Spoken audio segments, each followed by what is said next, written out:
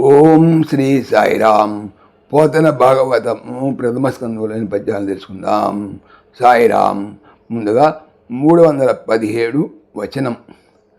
అని విదురుండు ధృతరాష్ట్రునకు విరక్తి మార్గం ఉపదేశించిన అతండు ప్రజ్ఞాచక్షుండై సంసారంబు దిగనాడి మోహపాశంబు వలనం కూడి విజ్ఞాన మార్గంబునం కూడి దుర్గమంబగు హిమవన్నగంబునకు నిర్గమించిన భావం.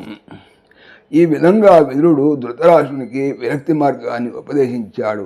ఆ ప్రబోధంతో గురురాజు జ్ఞాననేత్రం విప్పారింది. అతడు సంసార సౌఖ్యాలను విసర్జించి మోహబంధాలను త్రించి జ్ఞాన మార్గాన్ని అవలంబించి దురంతాలైనటువంటి హిమవత్పర్వత ప్రాంతాలకు ప్రయాణం సాగించాడు. తర్వాత 318 పద్యం. అంధుండైన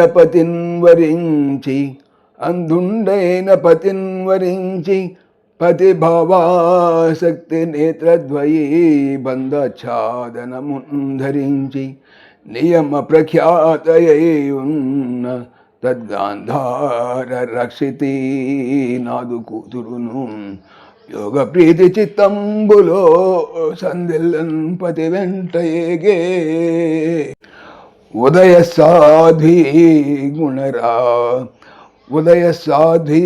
గుణారూఢయై. అంధుండు మురిడివాడు అయినట్టి పతిన్ భర్తను వరించి ప్రేమించి పతి యొక్క భావ అనగా స్థితిని అనుసరించు ఆసక్తి ఇష్టపూర్వక నేముతో నేత్ర కనులు ద్వయి రెంటిని బంధ కట్టుట వలన ఆచ్ఛాదనమున్ కప్పి ఉంచున్నది ధరించి కట్టుకొనిన నియమము కలిగి ఉండుటలో ప్రఖ్యాత అనగా కీర్తి పొందినది అయి ఉన్నటువంటి తత్ ఆ గాంధార శితినాథు కూతురును అంటే గాంధారి కూడా.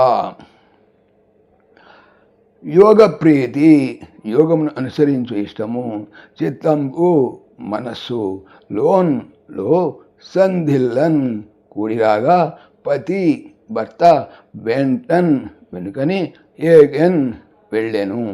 ఉదయత్ ఉద్భవించిన సాధు స్త్రీ గుణములు ఆరూఢ స్థిరపరచుకున్నది అయి భావము. గాంధారి ఉత్తమ ఇల్లాలు పుణ్య పురంధ్రి గాంధార మహారాజు గారాగు పుత్రిక. పుట్టందుడైనటువంటి భర్తను భర్తగా వరించి పతి చూడలేని ప్రపంచాన్ని తను మాత్రం ఎందుకు చూడాలనే పట్టుదలతో కళ్ళకు గంతలు కట్టుకొని లోకావలోకనం పరిహరించిన ఆ సాధ్వీమణి అతిశించినటువంటి వైరాగ్య భావంతో పతి వెంట బయలుదేరి వెళ్ళింది హిమాలయాలకి.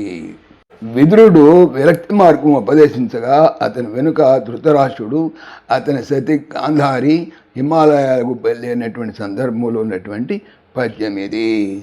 సాయిరామ్. ఓం దాశరథాయ విద్మహే సీతావల్లభాయ ధీమహి తన్న రామ ప్రచోదయాత్. సర్వం శ్రీ రామార్పణమస్తు. జై శ్రీరామ్. జై శ్రీరామ్.